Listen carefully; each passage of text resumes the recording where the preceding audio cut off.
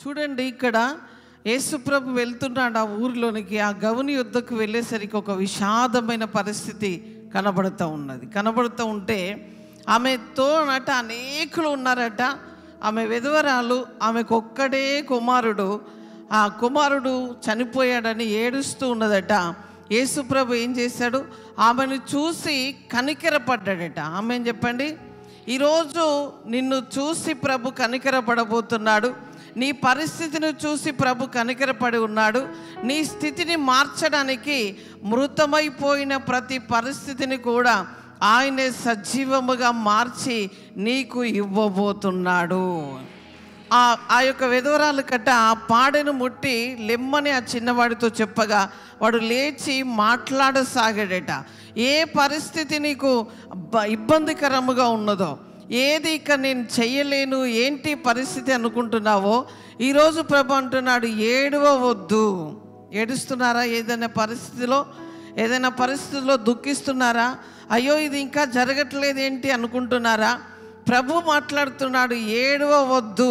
మిమ్మల్ని చూసి ఆయన కనికరపడుతున్నాడు. ఆయన కనికరముతో ఏం చేస్తాడంటే, ఉట్టి మాటలు చెప్పి ఆయన వెళ్ళిపోడు, కానీ నీ కన్నీరును తుడిచి నీవు సాధించలేంది, నీ జీవితంలో జరగంది, ఇప్పటి వరకు నీ జీవితంలో ఏం సాధించలేక ఉన్నావో, ఏ పరిస్థితుల్లో నువ్వు విజయం పొందకుండా ఉన్నావో, ఆ పరిస్థితి అంటున్నాడు ప్రభు, ఇదిగో అప్పగిస్తున్నాను, నీకు విజయమును ఇస్తున్నాను, నీకు ఆనందమును ఇస్తున్నాను, నీకు సంతోషమును ఇస్తున్నాను. ఇక నువ్వు లేచి గంతులు వేయబోతున్నావు. నీ పరిస్థితిని నేను మార్చబోతున్నాను. నీ స్థితిని, నీ యొక్క పరిస్థితిని అంతా కూడా నేను మార్చబోతున్నాను. ఇదొక ప్రవచనముగా మీరు తీసుకోండి. యేసు ప్రభు ఈ సంవత్సరము మన కన్నీరును తుడవబోతున్నాడు. ఆల్రెడీ ఆయన కార్యములు మొదలుపెట్టి ఉన్నాడండి. ఆయనను మించినది నీ మీద ఏది కూడా లేదు. ఆయనను దాటుకొని నీ దగ్గరికి రావడానికి ఏ దానికి కూడా శక్తి లేదు అని నేను ప్రకటిస్తున్నాను. ఎందుకంటే ఆయన అన్ని నామముల కంటే పైనామము కలిగిన దేవుణ్ణి మనం ఆరాధిస్తున్నాం. ఏ నామములో నువ్వు శోధింపబడుతున్నావో, ఏ నామములో నువ్వు ఇబ్బంది పడుతున్నావో, ఏ నామము నిన్ను బెదిరిస్తూ ఉన్నదో, ఏ నామము నిన్ను నాశనము చేయాలనుకుంటున్నదో, ఏ మనుషులు నీ ఎదుట ఉన్నారో, కానీ ఒక్క త్రోవలో ఉన్నవారు 7 త్రోవల నుంచి పారిపోనట్లుగా నా ప్రభు ఆజ్ఞ ఇచ్చి ఉన్నాడు. ఆయన నీ జీవితంలో అద్భుతం చేయబోతున్నాడు, మేలు జరిగించబోతున్నాడు. ప్రతి కీడును కూడా ఆయన మేలుగా మలచబోతున్నాడు. మృతమైపోయిన దాన్ని సజీవముగా నా ప్రభు చేయబోతున్నాడు. మన దేవుడు సజీవుడు, నా జీవితంలో అద్భుతాలు చేసి ఉన్నాడని ఒక నిశ్చయతతో ప్రభుని ఆరాధించు. నిరుత్సాహంతో కాదండి, నిశ్చయత ప్రభు మీద పూర్తి నమ్మకం ఉంచు, పూర్తి యొక్క విశ్వాసమునుంచు.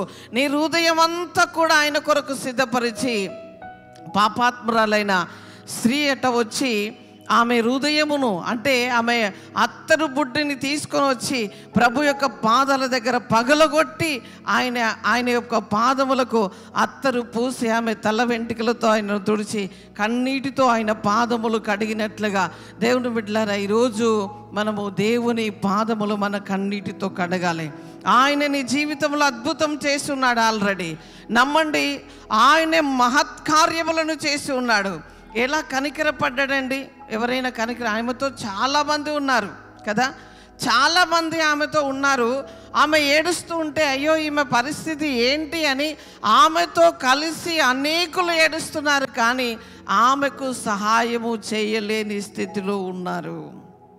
కానీ యేసు ప్రభు వచ్చిన వెంటనే, ఆయన కనికరము ఆమె మీదికి వెళ్ళిన వెంటనే అనుకున్నాడు, ఈ మృతాన్ని నేను సజీవముగా మారుస్తాను, ఈ అనారోగ్యాన్ని ఆరోగ్యంగా మారుస్తాను, ఈ జీవితము అనేకులకు వెలిగించబడినట్లుగా, ప్రయోజనకరముగా, దీవెనకరముగా, ఆశీర్వాదకరముగా, మేలుకరముగా నేను మలుస్తాను అని ప్రభు నిర్ణయం తీసుకున్నాడు.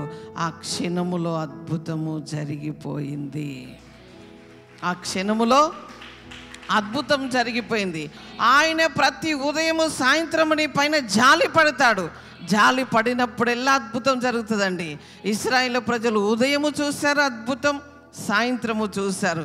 అన్ని విషయంలో కూడా ప్రతి ఉదయం ప్రతి సాయంత్రము ప్రభు మహిమను మనము చూడబోతున్నాం. ప్రభు యొక్క శక్తిని మనం అనుభవించబోతున్నాం. జస్ట్ నువ్వు మోకరించితే చాలు అద్భుతం జరిగిపోతుంది. జస్ట్ నువ్వు అలా తిరుక్కుంటూ అడిగితే చాలు, జస్ట్ నువ్వు ప్రభు అని పిలిస్తే చాలు అద్భుతం జరిగిపోతుందండి. అద్భుతము జరిగిపోతుంది. అంత మహిమతో ప్రభు కదలబోతున్నాడు.